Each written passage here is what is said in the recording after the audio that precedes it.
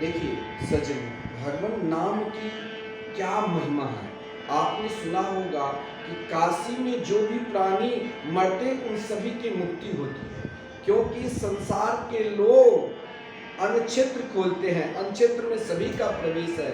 ऐसे ही भगवान शंकर जी ने काशी में इस प्रकार साधन बना दिया, जिस किसी के महाराज जो भी कोई प्राणी मरेंगे उसकी मुक्ति होगी। आप प्रश्न करोगे कि महान से महान पापी को कैसे उद्धार होता है।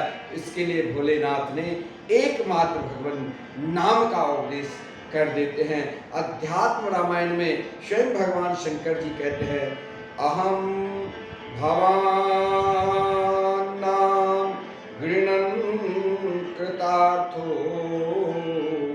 बसामि कस्या याम निशम भवान्या मुमोर्ष मानसे विमोक्त्येऽहं